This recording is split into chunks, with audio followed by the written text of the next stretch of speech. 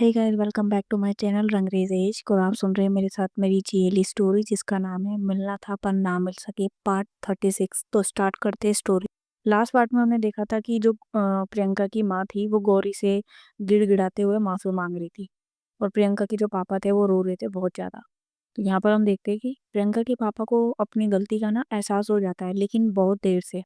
शायद अब बहुत देर हो चुकी थी। वो उठकर प्रियंका की पैरों के पास आ जाते हैं और वहीं बैठ जाते हैं।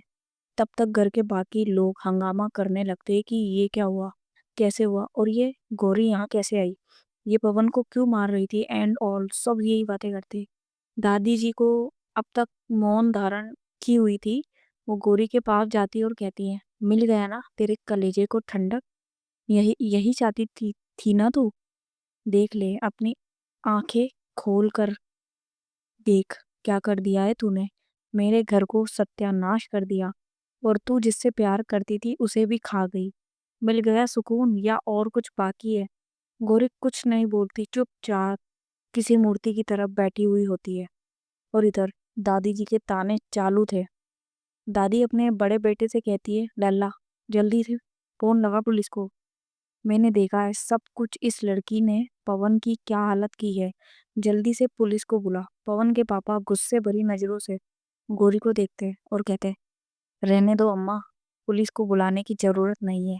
इसके लिए तो मैं ही काफी हूँ। पुलिस ज्यादा से ज्यादा इसे सजा दिलाएगी, जेल जेल की। लेकिन इसने जो अपराध किया है मेरे बेटे की ये हालत करके, उसकी सजा सिर्फ और सिर्फ मौत है।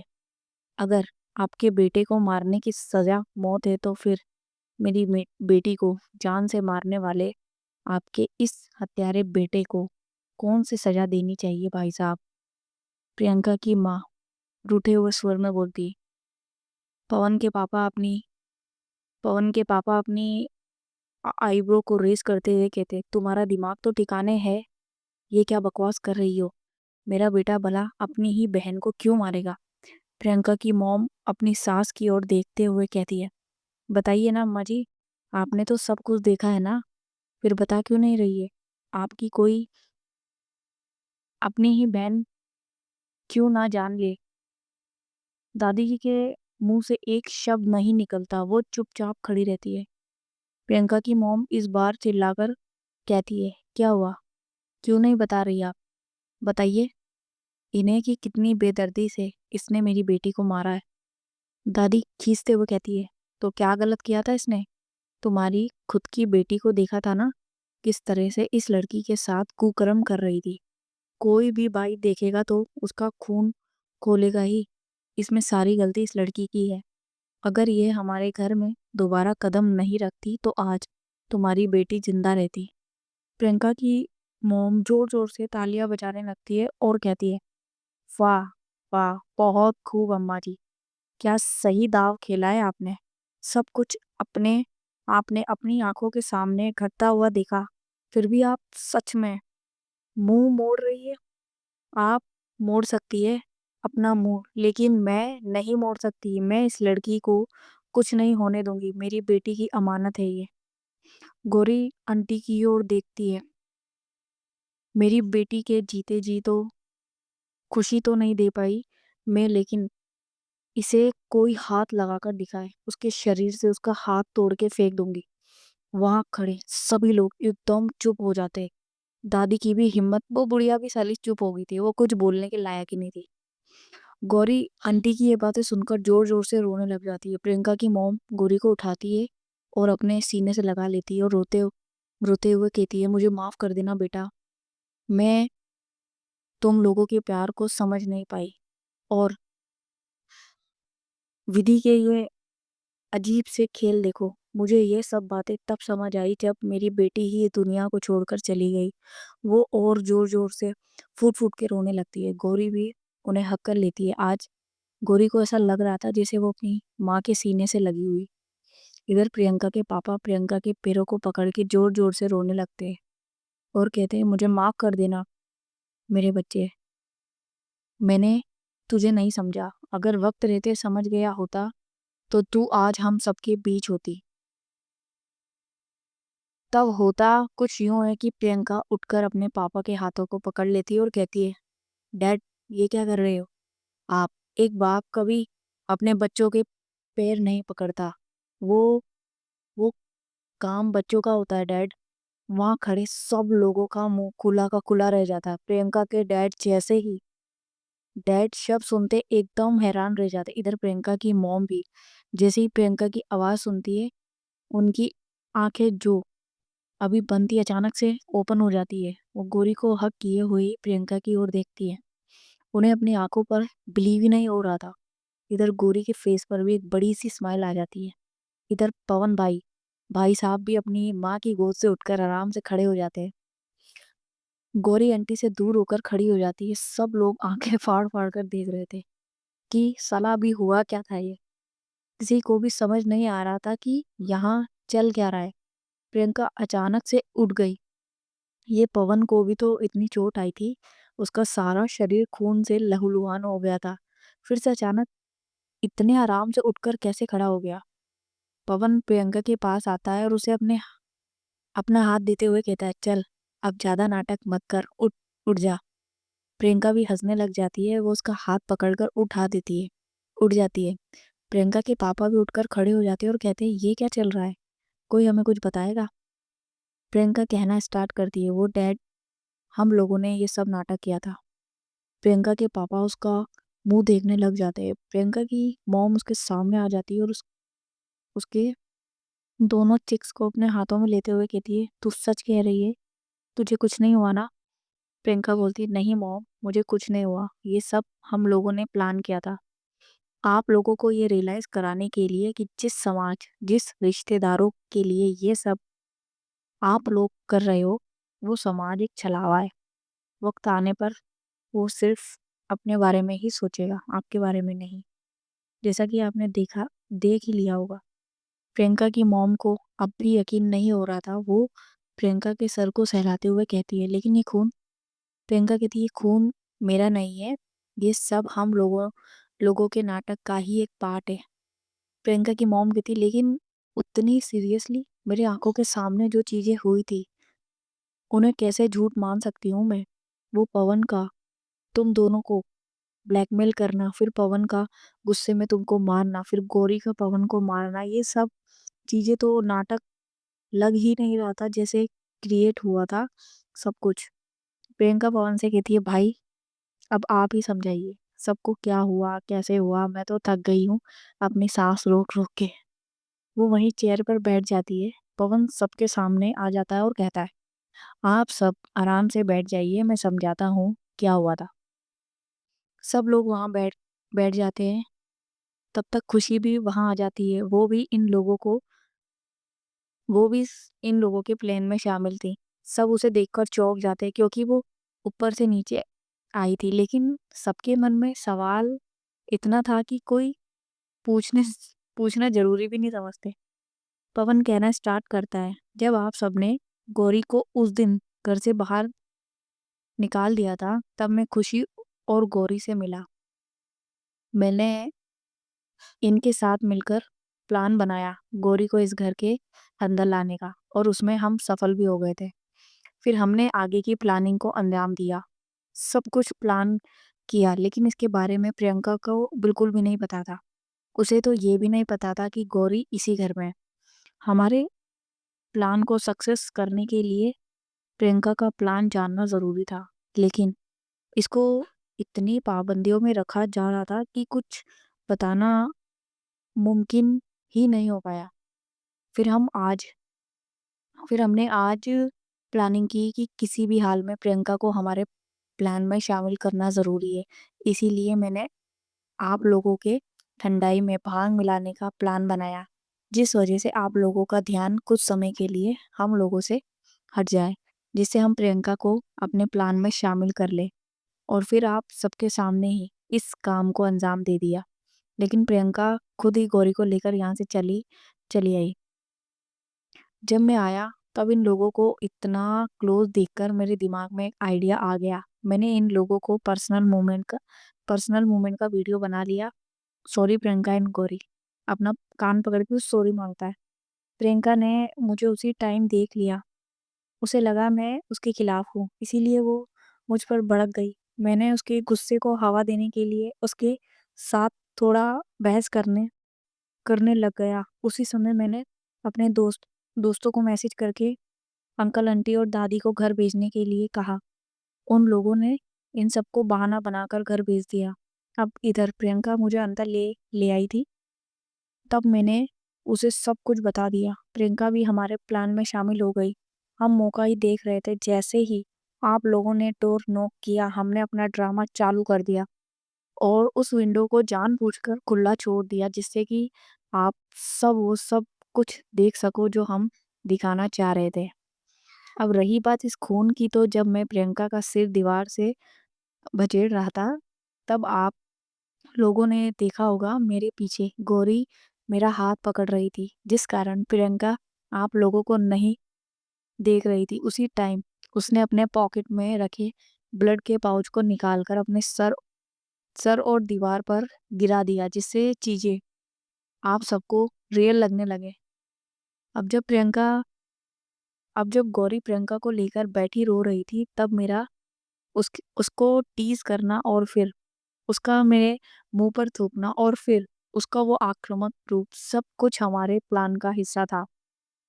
इससे हम ये दिखाना चाहते थे आप लोगों को कि जब बात इंसान के प्यार पर आती है तो वो ये भूल जाता है कि उसके सामने कौन है।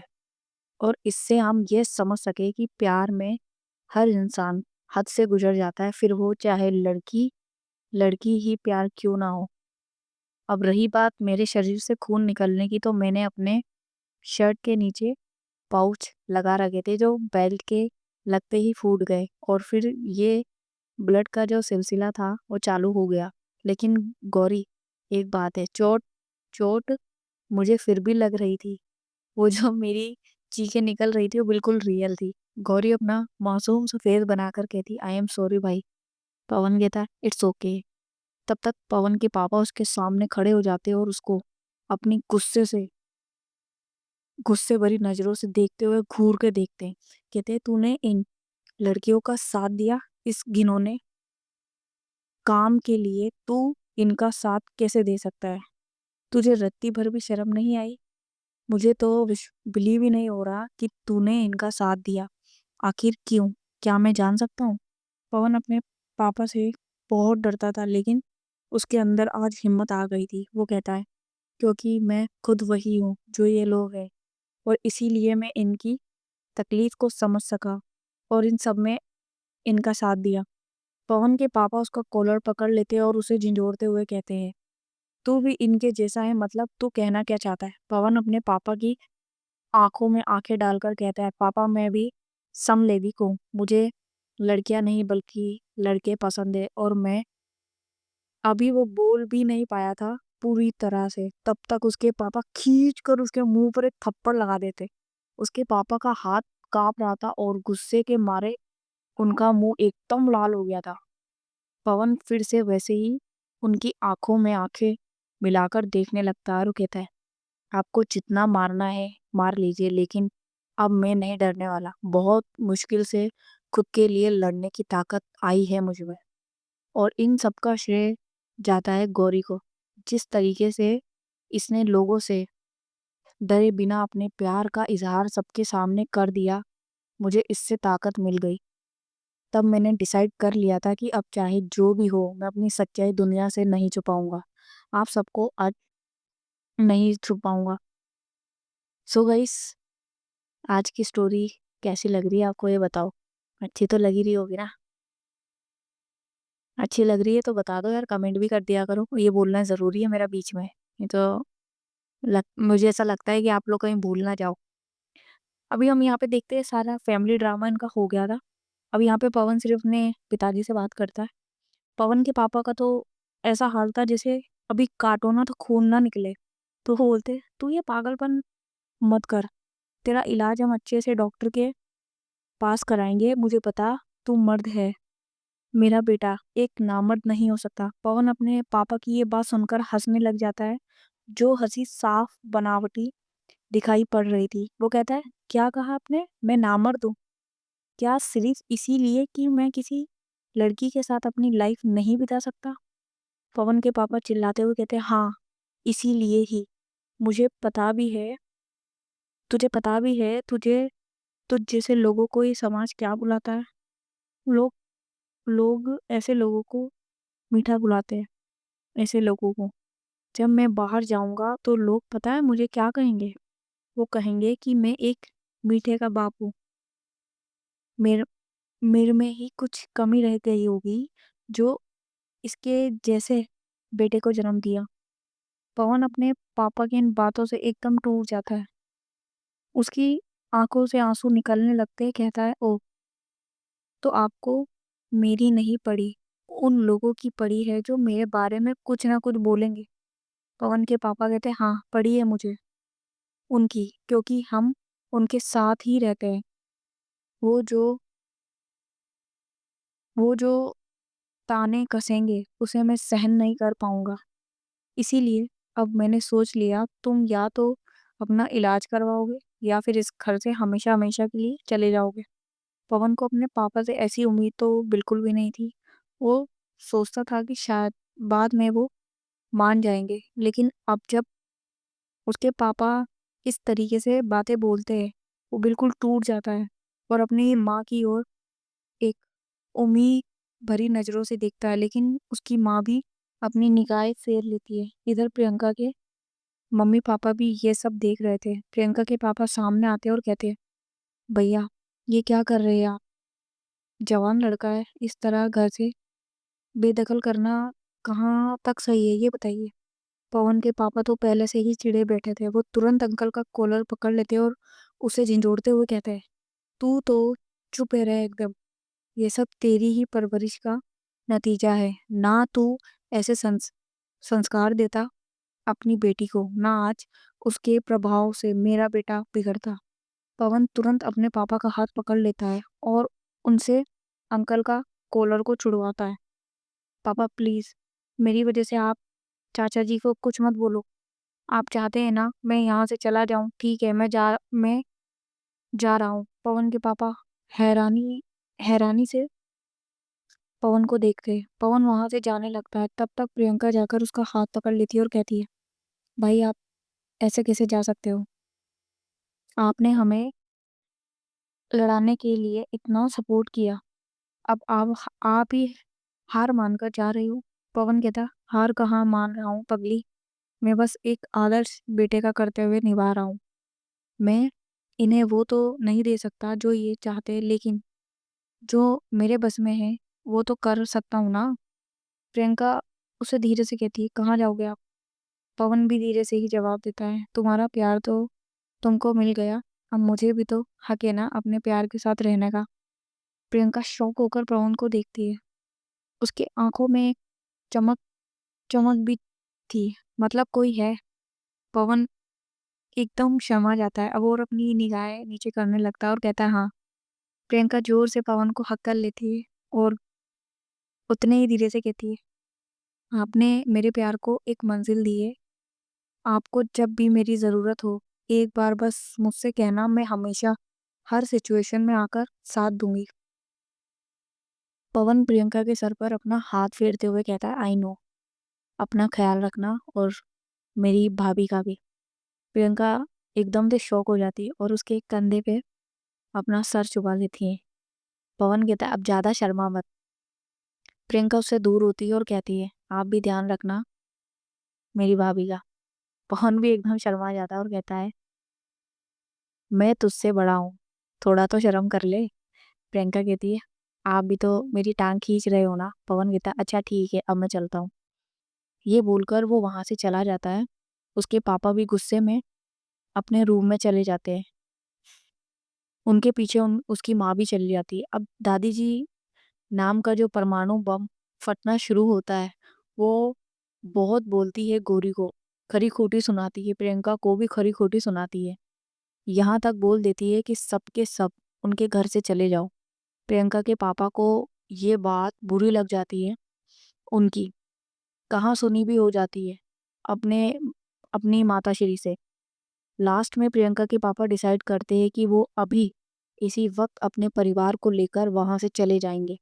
वो प्रियंका और उसकी मॉम से कहते हैं कि जाकर अपना सामान पैक कर लो, अब वो एक सेकंड भी इस घर में नहीं रह सकते। प्रियंका की मॉम अपने रूम में जाती है।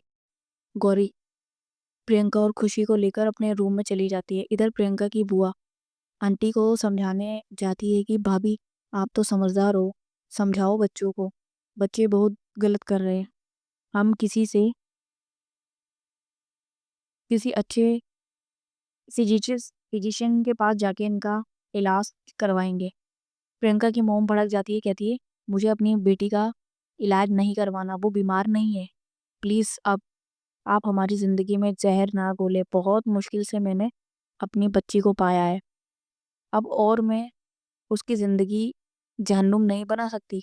प्रियंका प्रियंका की बुआ अपना अपना मुंह पर लेकर निकल लेती है वहां से। इधर प्रियंका अपना सारा सामान पैक करती है। गौरी और खुशी इधर बैठकर बातें कर रहे होते हैं। प्रियंका सब कुछ पैक करके गौरी बेड पर जहाँ बैठी होती है वहीं प्रियंका आकर उसकी गोद में अपना सर रख लेती है और उसके हाथों को अपने बालों में डालकर इशारा करती है कि मेरे बालों में अपने हाथ को फेरो। गौरी बिल्कुल वैसा ही करती है। प्रियंका को गौरी की गोद में अपना सर रखकर इतना सुकून मिल रहा था।